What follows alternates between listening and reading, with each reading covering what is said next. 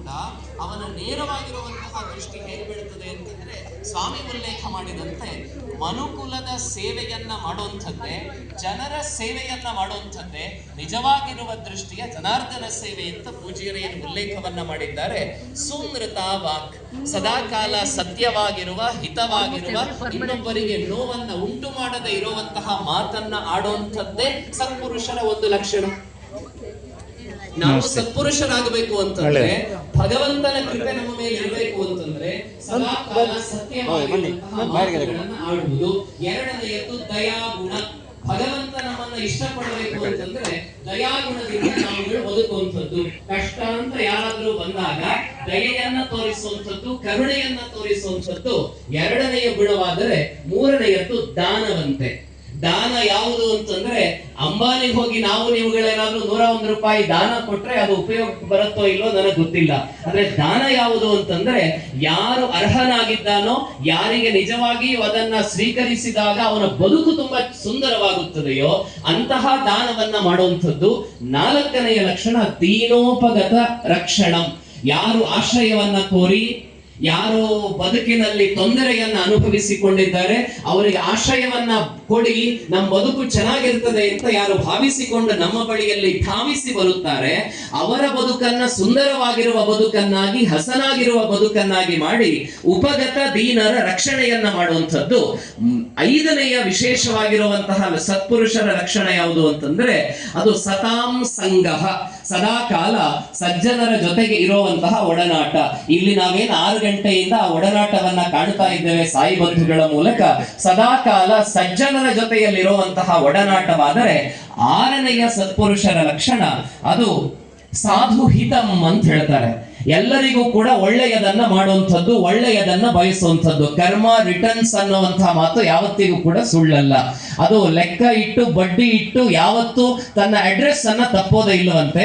ಹಾಗಾಗಿ ಸಾಧು ಹಿತಂ, ಸಜ್ಜನರಿಗೆ ಯಾರೆಲ್ಲ ನಮ್ಮ ಸುತ್ತಮುತ್ತ ಇರ್ತಾರೆ ಅವರಿಗೆಲ್ಲರಿಗೂ ಕೂಡ ಹಿತವನ್ನ ಬಯಸುವಂತಹ, ಲೋಕಾ ಸಮಸ್ತಾಹ ಸುಖಿನೋ ಭವಂತು ಅನ್ನುವಂತಹ ಭಾರತೀಯ ಪರಂಪರೆಯ ಆದರ್ಶ ಏನಿದೆ, ಮಾನಬಿಂದುಗಳೇನಿದೆ, ಅದಕ್ಕೆ ಪೂರಕವಾಗಿ ಬದುಕುವಂತಹ ಪರಿಕಲ್ಪನೆಯನ್ನ ಸತ್ಪುರುಷ ವ್ರತ ಅಂತ ಹೇಳ್ತಾರೆ. ಈ ವ್ರತವನ್ನ ಯಾರೆಲ್ಲ ಜೀವನದಲ್ಲಿ ಅಳವಡಿಸಿಕೊಳ್ಳುತ್ತಾರೋ ಅವರಿಗೆ ಸ್ವಾಮಿಯ ಕೃಪಾ ದೃಷ್ಟಿ ನೇರವಾಗಿ ಬೀಳುತ್ತದೆ ಅನ್ನುವಂಥದ್ದು ಪ್ರಾಯಶಃ ಸಾಧಿಸಿದಂತಹ ಸಾಧಕರ ಮನದ ಮಾತು. ಹಾಗಾಗಿ ಸ್ವಾಮಿಯ ಕೃಪೆ ನಮಗಾಗಬೇಕು ಅಂತಂದ್ರೆ ಮೊದಲು ಮನುಕುಲದ ಸೇವೆ.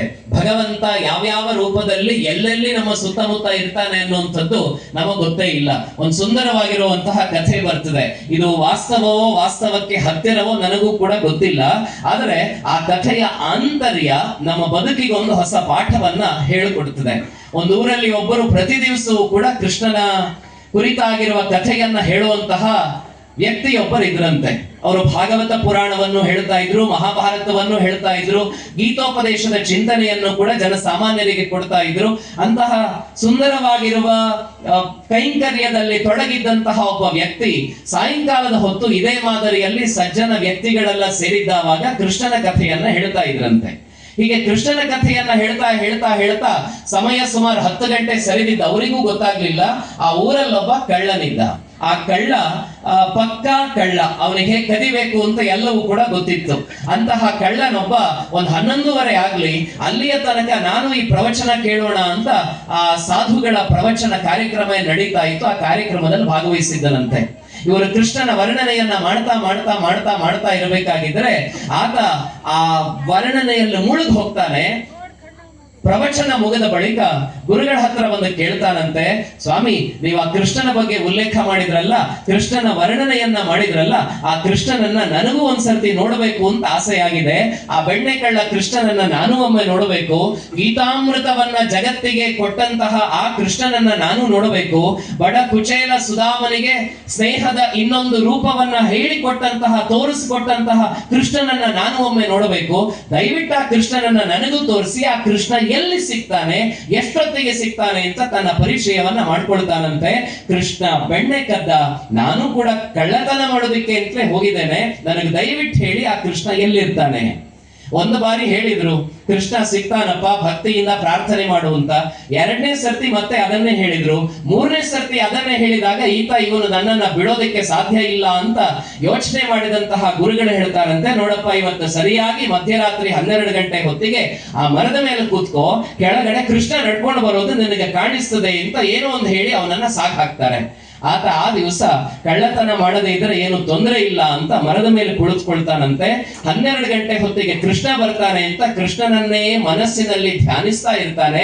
11:59ಕ್ಕೆ ಸರಿಯಾಗಿ ಗಡಿಯಾರವನ್ನ ಸಮಯವನ್ನ ನೋಡ್ತಾನೆ.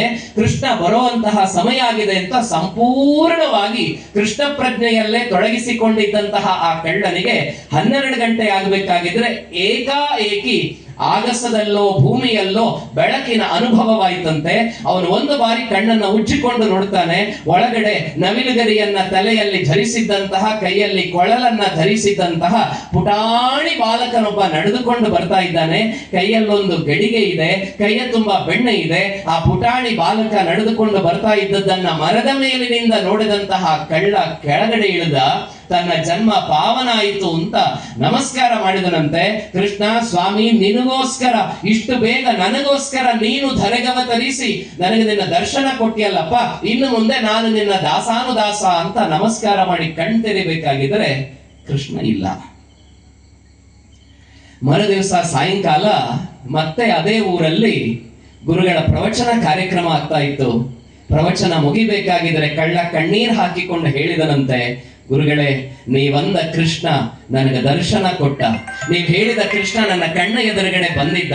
ಆ ಮುದ್ದು ಕೃಷ್ಣನನ್ನ ನೋಡ್ತಾ ನೋಡ್ತಾ ನನ್ನ ಜೀವನ ಸಾರ್ಥಕ ಆಯ್ತು ಅಂತ ಅಂದ್ಕೊಂಡೆ ಗುರುಗಳೇ. ಆ ಕೃಷ್ಣನನ್ನ ತೋರಿಸ್ಕೊಟ್ಟಿದ್ದಕ್ಕೆ ನಿಮಗೆ ಧನ್ಯವಾದಗಳು ಅಂತ ಹೇಳ್ಬೇಕಾಗಿದ್ರೆ ಗುರುಗಳಂದ್ರಂತೆ, ಕೃಷ್ಣ ಹೇಗಿದ್ದನಪ್ಪ, ಕೃಷ್ಣ ಹೀಗಿದ್ದ, ನೀವು ನಿನ್ನೆಲ್ಲ ಉಪನ್ಯಾಸ ಮಾಡಿದ್ರಲ್ಲ, ಪ್ರವಚನ ಮಾಡಿದ್ರಲ್ಲ, ಹಾಗೆಯೇ ಇದ್ದ ಗುರುಗಳೇ ಕೃಷ್ಣ. ನೀನ್ ನಿಜಕ್ಕೂ ಕೃಷ್ಣನನ್ನ ನೋಡಿದ್ಯಾ? ಹೌದು ಗುರುಗಳೇ, ನಾನು ಕೃಷ್ಣನನ್ನ ನೋಡಿದೆ, ನೀವು ಹೇಳಿದಂತೆಯೇ ಕೃಷ್ಣನನ್ನ ನೋಡಿದೆ. ಬೇಕಿದ್ದರೆ ಇವತ್ತು ಮಧ್ಯರಾತ್ರಿ 12 ಗಂಟೆಗೆ ನನ್ನ ಜೊತೆಗೆ ನೀವು ಬನ್ನಿ, ನಿಮಗೂ ನಾನು ಕೃಷ್ಣನನ್ನ ತೋರಿಸ್ತೇನೆ ಅಂತಂದವಾಗ ಆ ಗುರುಗಳು ಈತನಿಗೆ ಪ್ರಣಾಮವನ್ನ ಮಾಡ್ತಾರಂತೆ. ಕಳೆದ 30, 35, 40 ವರ್ಷಗಳಿಂದ ಭಾಗವತದ ಪ್ರವಚನ ಮಾಡಿ ಕೃಷ್ಣನ ಕಥೆಯನ್ನ ಊರೂರಲ್ಲೂ ಹೇಳ್ತಾ ಹೋಗ್ತೇನೆ. ನನಗೆ ಕೃಷ್ಣ ದರ್ಶನ ಕೊಡ್ಲಿಲ್ಲ, ಆದ್ರೆ ನಿನಗ ಕೃಷ್ಣ ದರ್ಶನ ಕೊಟ್ನಲ್ಲ ಅಂತಂದ್ರೆ ಎಲ್ಲಿ ಭಕ್ತಿ ಇದೆಯೋ, ಎಲ್ಲಿ ವಿನೀತವಾಗಿರುವಂತಹ ಭಾವನೆ ಇದೆಯೋ, ಎಲ್ಲಿ ಶರಣಾಗತವಾಗುವಂತಹ ಮನಸ್ಸಿದೆಯೋ ಅಲ್ಲಿ ಭಗವಂತ ಒಲಿತಾನೆ ಅನ್ನುವಂತಹ ಮಾತು ನಿಜಕ್ಕೂ ಕೂಡ ಸುಳ್ಳಲ್ಲ.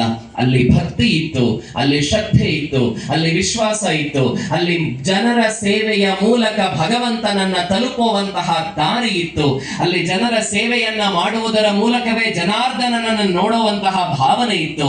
ಆ ಭಾವನೆಗಳೆಲ್ಲ ಇದ್ದ ಕಾರಣದಿಂದಲಾಗಿ ಇವತ್ತು ಪುಟ್ಟಪರ್ತಿ ಒಂದು ಹಳ್ಳಿಯಾಗಿ ಉಳಿಲಿಲ್ಲ. ಪುಟ್ಟಪರ್ತಿ ಅದು ಶ್ರದ್ಧೆಯ ಕೇಂದ್ರವಾಗಿದೆ, ಲಕ್ಷಾಂತರ ಜನರ ಆಶ್ರಯ ತಾಣವಾಗಿದೆ. ದೇಹಿ ಅಂತ ಬಂದಂಥವರಿಗೆ ನಾಸ್ತಿ ಅಂತ ಹೇಳದೆ ಕಳುಹಿಸಿಕೊಡುವಂತಹ ಅಮೃತತ್ವನ್ನ ಸಮಾಜಕ್ಕೆ ಕೊಡುವಂತಹ ಒಂದು ಅದ್ಭುತವಾಗಿರುವ ಪುಣ್ಯ ಭೂಮಿಯಾಗಿದೆ. ಅಜ್ಞಾನದ ಅಂಧಕಾರದಲ್ಲಿ ತೊಳಲಾಡ್ತಾ ಇರುವಂತಹ ಜನರ ಭಾವನೆಯನ್ನ ಜಾಗೃತಗೊಳಿಸಿ ಜ್ಞಾನದ ದೀವಿಗೆಯನ್ನ ಹಚ್ಚುವಂತಹ ಪುಣ್ಯ ಕ್ಷೇತ್ರವಾಗಿದೆ. ಅಂತಹ ಪುಣ್ಯ ಭೂಮಿಯ ಸಾಂಗತ್ಯದಲ್ಲಿ ಸದಾಕಾಲ ಇರುವಂತಹ ಸಾಯಿ ಬಂಧುಗಳೆಲ್ಲ ಒಂದು ಕಡೆ ಕುಳಿತುಕೊಂಡು ಭಗವಂತನ ಆರಾಧನೆಯನ್ನ ಮಾಡುವಾಗ ಸೃಷ್ಟಿಯಾಗುವಂತಹ ಶಕ್ತಿ ಅದು ಪ್ರಾಯಶಃ ಸಾಮಾನ್ಯವಂತೂ ಅಲ್ಲವೇ ಅಲ್ಲ. ನಮ್ಮ ನಂಬಿಕೆಯಲ್ಲಿ, ಭಜನೆಯಲ್ಲಿ ಭಗವಂತ ನಿರಂತರವಾಗಿ ನೆಲೆಸ್ತಾ ಇರ್ತಾನಂತೆ. ವಿಠ್ಠಲ ನಾಮಸ್ಮರಣೆಯನ್ನ ನಾವುಗಳು ಮಾಡಿದ್ದೇವೆ, ವೈದ್ಯರು ಈ ಸಭೆಯಲ್ಲಿದ್ದಾರೆ. ವಿಠ್ಠಲ ವಿಠ್ಠಲ ವಿಠ್ಠಲ ವಿಠ್ಠಲ ವಿಠ್ಠಲ ಅಂತ ಭಗವಂತನನ್ನ ಧ್ಯಾನ ಮಾಡುವಾಗ ಪತ್ರಿಕೆಯಲ್ಲೊಂದು ಲೇಖನ ಬಂದಿತ್ತು. ಅದು ನಮ್ಮ ಹೃದಯದ ಮೇಲೆ ಲಘುವಾಗಿರುವಂತಹ, ಹದವಾಗಿರುವಂತಹ ಕಂಪನವನ್ನ ಉಂಟು ಮಾಡಿ ಹೃದಯಾಘಾತದ ಪ್ರಮಾಣವನ್ನ ತಡೆಯುತ್ತದೆ. ಇದಕ್ಕೆ ವೈದ್ಯಕೀಯ ವಿಜ್ಞಾನದಲ್ಲಿ ಯಾವ ಆಧಾರ ಇದೆ ಅಂತ ಗೊತ್ತಿಲ್ಲ, ಆದರೆ ಭಗವಂತನ ವಿಜ್ಞಾನದಲ್ಲಿ ಒಂದು ಆಧಾರ ಇದೆ. ಯಾರು ತನ್ನ ಕೈಲಾದ ಎಲ್ಲ ಪ್ರಯತ್ನವನ್ನು ಮಾಡಿ ಇನ್ನು ನನ್ನಿಂದ ಸಾಧ್ಯವೇ ಇಲ್ಲ, ಇನ್ನು ನೀನು ಮಾತ್ರ ಅಂತ ಭಗವಂತನನ್ನ ಯಾರು ಶರಣಾಗ್ತಾನೋ ಆಗ ಭಗವಂತನ ಆಟ ಆರಂಭವಾಗುತ್ತದೆಯಂತೆ. ವ್ಯಕ್ತಿಯ ಆಟ ಕೊನೆಯಾದಾಗ ಭಗವಂತನ ಆಟ ಆರಂಭ ಆಗುತ್ತೆ. ಯಾವಾಗ ಭಗವಂತನೇ ಸ್ವಯಂ ಆಟ ಆಡೋದಕ್ಕೆ ಅಂತ ಬರ್ತಾನೆ, ಭಗವಂತನೇ ಯಾವಾಗ ನಮ್ಮ ಕೈ ಹಿಡಿದು ಮುನ್ನಡೆಸ್ತಾನೆ, ಅಂತಹ ಭಕ್ತ ಜೀವನದಲ್ಲಿ ಸೋಲುವುದಕ್ಕೆ ಯಾವತ್ತಿಗೂ ಕೂಡ ಸಾಧ್ಯ ಇಲ್ಲ. ಅಂತಹ ಭಕ್ತ ಮತ್ತು ಭಗವಂತನ ಅನುಸಂಧಾನವನ್ನ ಪುಟ್ಟಪರ್ತಿಯಲ್ಲಿ ಮಾಡಿ ತನ್ಮೂಲಕ ಒಂದು ಹಳ್ಳಿಯನ್ನ ಜಾಗತಿಕ ಮಟ್ಟಕ್ಕೆ ವಿಸ್ತರಿಸಿದಂತಹ ಸ್ವಾಮಿಯ 100ನೇ ವರ್ಷದ ಆರಾಧನೆಯ ಈ ಶುಭಾವಸರದಲ್ಲಿ ಭಗವಂತನ ಕೀರ್ತಿಯನ್ನ 10 ಹಲವು ಊರುಗಳಿಗೆ ಹಂಚುವಂತಹ ದಾಸರಷ್ಟೇ ನಾವು. ನಮ್ಮ ಕೆಲಸ ಅಷ್ಟೇ. ಭಗವಂತ ಕೃಷ್ಣ ಹೇಳಿದ್ದು ಅದನ್ನೇ, ಕರ್ಮಣಿ ಏವ ಅಧಿಕಾರಃ ತೇ ಮಾ ಫಲೇಶು ಕದಾಚನ. ನಿನಗೆ ಅಧಿಕಾರ ಇರುವಂಥದ್ದು ಕರ್ಮಣಿ, ಕೆಲಸದಲ್ಲಿ ಮಾತ್ರ. ಫಲಾಫಲಗಳು ಏನಾಗ್ತವೆ ಅನ್ನುವಂಥದ್ದು ಅದು ಭಗವಂತನ ನಿರ್ಣಯ.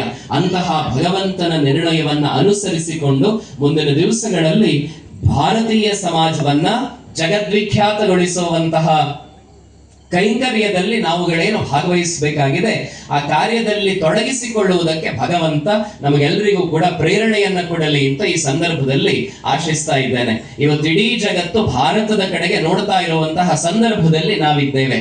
ಒಂದು ಕಾಲದಲ್ಲಿ ಭಾರತ ಅಂದಾಗ ಜಗತ್ತಿನ ಯೋಚನೆಗಳು ಅತ್ಯಂತ ಅದ್ಭುತವಾಗಿದ್ದ ದಿವಸಗಳಿದ್ದವು.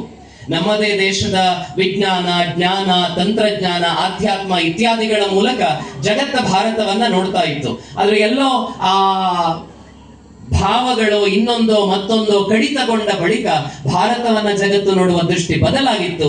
ಇವತ್ತು ಮತ್ತೆ ಆಧ್ಯಾತ್ಮಯುಕ್ತವಾಗಿರುವಂತಹ ಭಾರತ, ಸನಾತನ ಧರ್ಮದ ಪರಂಪರೆಯ ಭಾರತ ಜಗತ್ತನ್ನ ಆಳಬಲ್ಲಂತಹ ದಿವಸಗಳನ್ನ ನಾವುಗಳು ನೋಡ್ತಾ ಇದ್ದೇವೆ.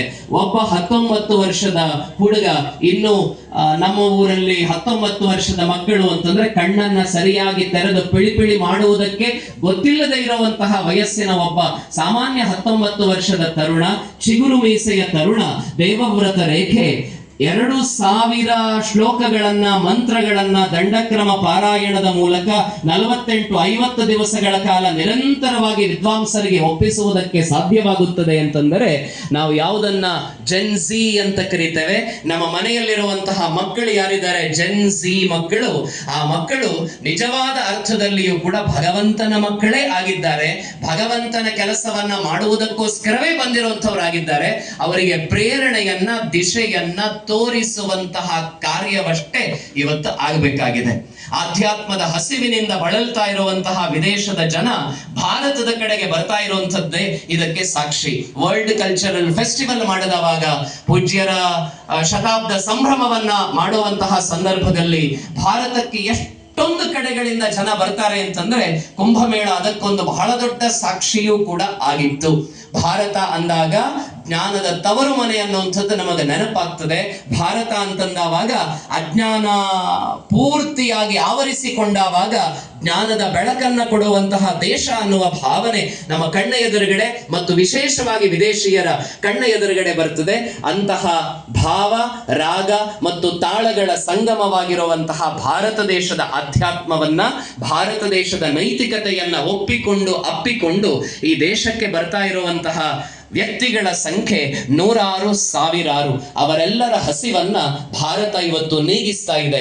ಅವರೆಲ್ಲರ ಜ್ಞಾನದ ಆಸೆಗೆ ಬೇಕಾಗಿರುವಂತಹ ನೀರನ್ನ, ಪೋಷಣೆಯನ್ನ ಇವತ್ತು ಭಾರತ ದೇಶ ಮಾಡ್ತಾ ಇರುವಂತಹ ಸಂದರ್ಭದಲ್ಲಿ ನಮ್ಮ ಮನೆಯಲ್ಲಿರುವಂತಹ ಮಕ್ಕಳು ಕೂಡ, ಎಳೆಯರು ಕೂಡ, ವಿಶೇಷವಾಗಿ ಜೆನ್ಝಿ ಅಂತ ಏನು ಕರೆಯಲ್ಪಡ್ತಾರೆ, ಏಕಾಏಕಿ ರಾತ್ರೋರಾತ್ರಿ ಒಂದು ದೇಶದ ಸರಕಾರವನ್ನ ಹೊಡೆದು ಉರುಳಿಸಬಲ್ಲಂತಹ ಸಾಮರ್ಥ್ಯ ಇರುವಂತಹ ತರುಣ ವರ್ಗ ಏನಿದೆ, ಆ ತರುಣ ವರ್ಗವನ್ನ ಆಧ್ಯಾತ್ಮದ ಮೂಲಕ, ರಾಷ್ಟ್ರೀಯತೆಯ ಮೂಲಕ, ನೈತಿಕ ಮೌಲ್ಯಗಳ ಮೂಲಕ ಮತ್ತೆ ಜಾಗೃತಗೊಳಿಸುವ ಒಂದು ಹೆಜ್ಜೆಗೆ ನಾವು ನೀವುಗಳೇನಾದ್ರೂ ತೊಡಗಿಸಿಕೊಳ್ಳುತ್ತೇವೆ ಅಂತಂದ್ರೆ ಆಧ್ಯಾತ್ಮ ರಾಷ್ಟ್ರೀಯತೆಯನ್ನ ಬಿಟ್ಟಿರುವುದಕ್ಕೆ ಸಾಧ್ಯ ಇಲ್ಲ. ರಾಷ್ಟ್ರೀಯತೆ ಆಧ್ಯಾತ್ಮದ ತಳಹದಿ ಇಲ್ಲದೆ ಬದುಕುವುದಕ್ಕೆ ಸಾಧ್ಯ ಇಲ್ಲ. ಅದಕ್ಕೋಸ್ಕರವೇ ಪ್ರಾಚೀನ ಕಾಲದಿಂದಲೂ ಕೂಡ ರಾಜ ಮಹಾರಾಜರುಗಳು ಪಟ್ಟವನ್ನ, ಸಿಂಹಾಸನವನ್ನ ಏರಬೇಕಾಗಿದ್ರೆ ರಾಷ್ಟ್ರ ಧರ್ಮ ಪ್ರತಿಷ್ಠಾಯೈ ಸಿದ್ಧ ಖಡ್ಗ ಸದಾವಯಂ ಅಂತ ಹೇಳಿ ಪಟ್ಟಕ್ಕೆ ಏರ್ತಾ ಇದ್ರಾಯ್ತಂತೆ. ರಾಷ್ಟ್ರ ಧರ್ಮದ ರಕ್ಷಣೆಗೋಸ್ಕರ ನಮ್ಮ ಕೈಯಲ್ಲಿ ಖಡ್ಗ ಸದಾ ಕಾಲ ಹೊಳೆಯುತ್ತಿರುತ್ತದೆ, ನಮ್ಮ ಕೈಯಲ್ಲಿ ಖಡ್ಗ ಇರುತ್ತದೆ ಅಂತ ಏನು ಹೇಳಿ ಪಟ್ಟಕ್ಕೆ ಏರ್ತಾ ಇದ್ರಾಯ್ತು. ಆ ಭಾವನೆಯೊಂದಿಗೆ ಇವತ್ತೇನು ಖಡ್ಗ ಹಿಡ್ಕೊಂಡು ನಮ್ಮ ಮಕ್ಕಳು ಓಡಾಡಬೇಕು ಅಂತ ಅದರ ಅರ್ಥ ಅಲ್ಲ. ಆದರೆ ಬ್ರಹ್ಮ ವರ್ಚಸ್ಸು ಮತ್ತು ಕ್ಷಾತ್ರ ತೇಜಸ್ಸು ಎಲ್ಲಿ ಒಂದಾಗುತ್ತದೆಯೋ ಆ ದೇಶಕ್ಕೆ ಸದಾಕಾಲ ಬಲ ತುಂಬುವುದಕ್ಕೆ ಸಾಧ್ಯವಾಗ್ತದೆ. ಅಂತಹ ಹಿನ್ನೆಲೆಯಲ್ಲಿ ಸ್ವಾಮಿಯ ಶತಾಬ್ದದ ಸಂದರ್ಭದಲ್ಲಿ ನಮ್ಮ ಮನೆಯಲ್ಲಿರುವಂತಹ ಮಕ್ಕಳಲ್ಲಿ ವಿಶೇಷವಾಗಿ ಭಾರತದ ಕುರಿತಾಗಿರುವ ನಮ್ಮ ಸನಾತನ ಪರಂಪರೆಯ ಕುರಿತಾಗಿರುವಂತಹ ಜಾಗೃತಿಯನ್ನ ಮೂಡಿಸುವುದಕ್ಕೆ ಶತಾಬ್ದ ಸಂಭ್ರಮ ಒಂದು ಸುಂದರವಾಗಿರುವಂತಹ ಪರ್ವಕಾಲ ಅಂತ ನಾನು ಭಾವಿಸ್ತಾ, ಆ ಮಕ್ಕಳು ಮುಂದಿನ ದಿವಸಗಳಲ್ಲಿ ಬೆಳೀತಾ ಏನಾದ್ರೂ ಪರವಾಗಿಲ್ಲ, ಡಾಕ್ಟರರಾಗಲಿ, ಇಂಜಿನಿಯರ್ ಆಗಲಿ, ಯಾವುದೇ ಹುದ್ದೆಯನ್ನ ಅಲಂಕರಿಸಲಿ, ಆದ್ರೆ ಮೂಲವನ್ನ ಬೇರನ್ನ ಮರೆತು ಧಿಕ್ಕರಿಸಿ ಬೆಳೆಯುವುದು ಅಂತಂದ್ರೆ ಅದು ಒಂದು ಇಡೀ ಸಮಾಜವೇ ಕುಪೋಷಣೆಗೆ ಒಳಗಾದಂತೆ. ಹಾಗಾಗಬಾರದು ಅನ್ನುವಂತಹ ದೃಷ್ಟಿಕೋನದೊಂದಿಗೆ ವಿದೇಶಿಯರೇನು ಭಾರತಕ್ಕೆ ಬಂದು ನಿರಂತರವಾಗಿ ಈ ದೇಶದ ಆಧ್ಯಾತ್ಮದ ಗಂಗೆಯಲ್ಲಿ ಪ್ರವಹಿಸ್ತಾ ಇದ್ದಾರೆ, ಆ ಭಾವನೆಯನ್ನ ತುಂಬುವಂತಹ ಕಾರ್ಯದಲ್ಲಿ ನಾವು ನೀವುಗಳೆಲ್ಲರೂ ಕೂಡ ತೊಡಗಿಸಿಕೊಳ್ಳೋಣ ಅನ್ನುವಂತಹ ಆಶಯವನ್ನ ಈ ಸಂದರ್ಭದಲ್ಲಿ ವ್ಯಕ್ತಪಡಿಸ್ತಾ, ಮನೋನ್ ಅನ್ನುವಂತಹ ಒಬ್ಬ ಫ್ರಾನ್ಸ್ ದೇಶದ ಯುವತಿ ಇನ್ನೊಂದು 2 ತಿಂಗಳಲ್ಲಿ ಮಂಗಳೂರಿನ ಒಂದು ವಿದ್ಯಾಸಂಸ್ಥೆಗೆ ಒಬ್ಬ ಟೀಚರ್ ಆಗಿ ಸೇರ್ಕೊಳ್ಳುವಂತವ್ರು ಇದ್ದಾರೆ. ಫ್ರಾನ್ಸ್ ದೇಶದಿಂದ ಅವರು ಭಾರತಕ್ಕೆ ಸುಮಾರು ವರ್ಷಗಳಿಂದ ಇಲ್ಲೇ ಇದ್ದಾರೆ, ಡೆಹ್ರಾಡೂನಲ್ಲಿ ಕೆಲಸವನ್ನ ಮಾಡ್ತಾ ಇದ್ರು. ಮುಂದಿನ ತಿಂಗಳು ನಿಟ್ಟೆ ವಿದ್ಯಾಸಂಸ್ಥೆಗೆ ಸೇರ್ಕೊಳ್ತಾ ಇದ್ದಾರೆ. ಅವರು ಭಾರತಕ್ಕೆ ಬಂದು ಸುಮಾರು ಸಂದರ್ಭ ಆದ ಬಳಿಕ ಭಾರತದಲ್ಲಿ ಒಂದು ಆಧಾರ್ ಕಾರ್ಡ್ ಮಾಡಿಸ್ಬೇಕು ಅಂತ ಯೋಚನೆಯನ್ನ ಮಾಡ್ತಾರಂತೆ. ಭಾರತದಲ್ಲಿ ಆಧಾರ್ ಕಾರ್ಡ್ ಕೂಡ ಸಿಕ್ತು. ಅದಾದ ಬಳಿಕ ರುದ್ರಾಕ್ಷಿಯನ್ನ ಧರಿಸಿಕೊಂಡು ಭಾರತದ ಬೇರೆ ಬೇರೆ ತೀರ್ಥಕ್ಷೇತ್ರಗಳನ್ನೆಲ್ಲ ಸಂದರ್ಶನ ಮಾಡ್ತಾ ಇದ್ದಾವಾಗ ನನಗೆ ಅವರ ಪರಿಚಯ ಆಯಿತು. ಅವರು ಮಂಗಳೂರಿಗೂ ಬರ್ತಾ ಇದ್ದಾರೆ ಅಂತಂದವಾಗ ನಾನು ಅವ್ರ ಹತ್ರ ಒಂದು ಪ್ರಶ್ನೆ ಕೇಳಿದೆ, ನಿಮಗೆ ಮಂಗಳೂರಲ್ಲೇ ಭಾರತದಲ್ಲೇ ಪೂರ್ಣವಾಗಿ ನೆಲೆಸುವಂತಹ ಅವಕಾಶ ಬಂದಿದೆಯಾ ಅಂತ ಕೇಳಿದಾಗ, ಆ ಅವಕಾಶ ನನಗಿನ್ನೂ ಕೂಡ ಸಿಕ್ಕಿಲ್ಲ. ಆದರೆ ನಾನು ನನ್ನ ದೇವರಲ್ಲೂ ಮತ್ತು ಇಲ್ಲಿ ನಾನು ಯಾವ ಕ್ಷೇತ್ರಗಳಿಗೆ ಹೋಗ್ತೇನೋ ಆ ಎಲ್ಲ ದೇವರಲ್ಲೂ ಕೂಡ ನಾನು ಮಾಡುವಂತಹ ಒಂದೇ ಒಂದು ಪ್ರಾರ್ಥನೆ ಏನು ಅಂತಂದ್ರೆ, ಮನೋನ್ ಆಗಿರುವ ನಾನು ಈ ಜನ್ಮದಲ್ಲಿ ಫ್ರಾನ್ಸ್ನ ಪ್ರಜೆಯಾಗಿ ಹುಟ್ಟಿದ್ದೇನೆ, ಮುಂದಿನ ಜನ್ಮ ಅನ್ನುವಂಥದ್ದೇನಾದ್ರೂ ಒಂದು ನನ್ನ ಪಾಲಿಗಿದ್ದರೆ, ನನ್ನ ಮತ ಅದನ್ನ ಒಪ್ಪುವುದಿಲ್ಲ, ಆದ್ರೆ ಮುಂದಿನ ಜನ್ಮ ಅನ್ನುವಂಥದ್ದೇನಾದ್ರೂ ನನಗೊಂದಿದ್ದರೆ ಅದು ಭಾರತ ದೇಶದಲ್ಲೇ ಆಗುವ ಹಾಗೆ ಮಾಡು ಅಂತ ನಾನು ಎಲ್ಲ ತೀರ್ಥಕ್ಷೇತ್ರಗಳಲ್ಲೂ ಭಗವಂತನೆಲ್ಲ ಪ್ರಾರ್ಥನೆಯನ್ನ ಮಾಡ್ತೇನೆ ಅಂತ ನನಗೆ ಗೊತ್ತಿರುವ ಒಬ್ಬ ವ್ಯಕ್ತಿ ಹೀಗೆ ಹೇಳಬೇಕು ಅಂತ ಆದ್ರೆ, ನನಗೆ ಗೊತ್ತಿಲ್ಲದೆ ಇರುವಂತಹ ಅಸಂಖ್ಯಾತ ಜನ ಈ ದೇಶದಲ್ಲಿ ಬಂದು ಆಧ್ಯಾತ್ಮದ ಪ್ರವಾಹದಲ್ಲಿ ತಮ್ಮನ್ನ ತಾವು ಕಳೆದುಕೊಳ್ತಾರಲ್ಲ, ಆ ಎಲ್ಲರ ಭಾವನೆಗಳು ಕೂಡ ಅದುವೇ ಆಗಿರುವಂತಹ ಈ ಸಂದರ್ಭವನ್ನ ನಮ್ಮ ಮಕ್ಕಳ ಏಳಿಗೆಗೋಸ್ಕರ ಉಪಯೋಗ ಮಾಡಿಕೊಂಡು ಸ್ವಾಮಿಯ ಜನ್ಮ ಶತಾಬ್ದ ನಮ್ಮೆಲ್ಲರಲ್ಲಿಯೂ ಕೂಡ ನಾಡಿಗೋಸ್ಕರ ಬದುಕುವಂತಹ, ಜನರಿಗೋಸ್ಕರ ಬದುಕುವಂತಹ ಭಾವನೆಯನ್ನ ಸೃಷ್ಟಿಸಲಿ. ಹೇಗೆ ಪ್ರಾಚೀನ ಕಾಲದ ರಂತಿದೇವನೆಂಬಂತಹ ಒಬ್ಬ ಮಹಾರಾಜ ಹೀಗೆ ಹೇಳ್ತಾ ಇದ್ದನಂತೆ, ಭಗವಂತನಲ್ಲಿ ಪ್ರಾರ್ಥನೆಯನ್ನ ಮಾಡಬೇಕಾಗಿದ್ರೆ ನನಗದು ಕೊಡು, ನನಗಿದು ಕೊಡು, ದುಡ್ಡು ಕೊಡು, ಕಾಸು ಕೊಡು, ಮನೆ ಕೊಡು, ಬಂಗಲೆ ಕೊಡು, ಕಾರು ಕೊಡು, ಇತ್ಯಾದಿಗಳನ್ನು ಯಾವುದನ್ನು ಕೇಳದೆ, ನನಗೆ ಸ್ವರ್ಗ ಬೇಡ ತಂದೆ, ನನಗೆ ಆಸ್ತಿ ಬೇಡ ತಂದೆ, ನನಗೆ ಪಟ್ಟ ಬೇಡ, ಆದರೆ ಯಾರೆಲ್ಲ ದುಃಖಿತರಾಗಿದ್ದಾರೆಯೋ ದುಃಖಿತರಾಗಿರುವ ನೊಂದವರ ಆರ್ತರ ಕಣ್ಣೀರನ್ನ ಒರೆಸೋವಂತಹ ಅವಕಾಶವನ್ನ ನನ್ನ ಜೀವನಕ್ಕೆ ನೀನೊಂದು ಬಾರಿ ಕೊಟ್ಟು ಬಿಡು.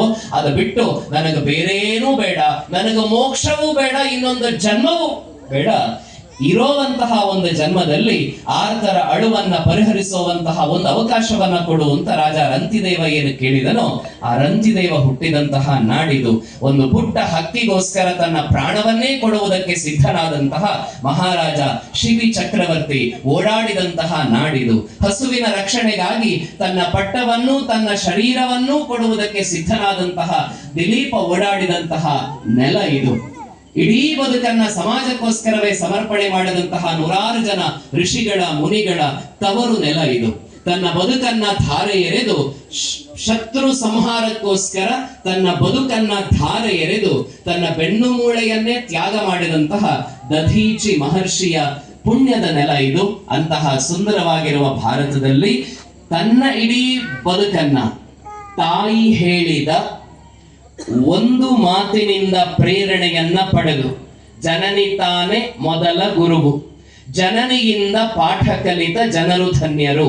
ತಾಯಿ ಹೇಳಿದಂತಹ ಒಂದು ಮಾತಿನಿಂದ ಒಬ್ಬ ಸ್ವಾಮಿ ಪ್ರಭಾವಿತರಾಗಿ ಒಂದು ಊರನ್ನ, ಒಂದು ರಾಜ್ಯವನ್ನ, ಒಂದು ದೇಶವನ್ನ, ಇಡೀ ಜಗತ್ತನ್ನ ಕೃಣ್ವಂತೋ ವಿಶ್ವಮಾರ್ಯಂ ಅನ್ನುವ ಆದರ್ಶದ ಕಡೆಗೆ ಕೊಂಡು ಹೋಗುವುದಕ್ಕೆ ಸಾಧ್ಯವಾಗಬಹುದಾಗಿದ್ದರೆ ಆ ಸ್ವಾಮಿಯನ್ನ ಅನುಸರಿಸುವಂತಹ ತಾಯಂದಿರ ಮಾತಿನ ಮೂಲಕ ನಮ್ಮ ಮನೆಯಲ್ಲಿರುವಂತಹ ಮಕ್ಕಳಿಂದ ಎಂತಹ ಅದ್ಭುತವಾಗಿರುವಂತಹ ವೈಶ್ವಿಕ ಕಲ್ಪನೆಯ ಭಾರತದ ನಿರ್ಮಾಣವನ್ನ ಮಾಡೋದಕ್ಕೆ ನಮಗೆ ಸಾಧ್ಯ ಇಲ್ಲ ಅಂತ ಯೋಚನೆಯನ್ನ ಮಾಡಿ, ಆ ಯೋಜನೆಯಾಗಿ ಪರಿವರ್ತನೆ ಹೊಂದಿ, ಆ ಯೋಜನೆಯ ಮೂಲಕ ಸ್ವಾಮಿಯ ಬದುಕು, ಸ್ವಾಮಿಯ ಚಿಂತನೆ ಯಾವುದಿತ್ತೋ ಅದು ನಮ್ಮ ಮೂಲಕ ಮತ್ತಷ್ಟು ದಶ ದಿಶೆಗಳಲ್ಲಿ ಪಸರಿಸಲಿ ಅನ್ನುವಂತಹ ಆಶಯವನ್ನ ಈ ಸಂದರ್ಭದಲ್ಲಿ ವ್ಯಕ್ತಪಡಿಸ್ತಾ ಎಲ್ಲ ಸಾಯಿ ಬಂಧುಗಳಿಗೂ ಕೂಡ ಮತ್ತೊಮ್ಮೆ ಮತ್ತು ಮಗದೊಮ್ಮೆ ವಿಶೇಷವಾಗಿರುವಂತಹ ಪ್ರಣಾಮಗಳನ್ನ ಈ ಸಂದರ್ಭದಲ್ಲಿ ಸಲ್ಲಿಸ್ತಾ, ಈ ವರ್ಷ ಮಾತ್ರ ಅಲ್ಲ, ಆ ವರ್ಷ ಮಾತ್ರ ಅಲ್ಲ, ಪ್ರತಿ ವರ್ಷವೂ ಕೂಡ ಭಗವಂತನ ಸಂದೇಶವನ್ನ, ಸ್ವಾಮಿಯ ಸಂದೇಶವನ್ನ ಸಮಾಜಕ್ಕೆ ಪಸರಿಸುವಂತಹ ಕೈಂಕರ್ಯದಲ್ಲಿ ತೊಡಗಿಸಿರುವಂತಹ ಎಲ್ಲ ಹಿರಿಯರಿಗೂ ಮತ್ತು ಕಿರಿಯರಿಗೂ ವಿಶೇಷವಾಗಿರುವ ನಮಸ್ಕಾರಗಳನ್ನ ಸಲ್ಲಿಸಿ ನನ್ನ ಮಾತನ್ನ ಸ್ವಾಮಿಯ ಪಾದಕಮಲಗಳಿಗೆ ಸಮರ್ಪಣೆ ಮಾಡ್ತಾ ಇದ್ದೇನೆ. ಧನ್ಯವಾದ, ನಮಸ್ಕಾರ.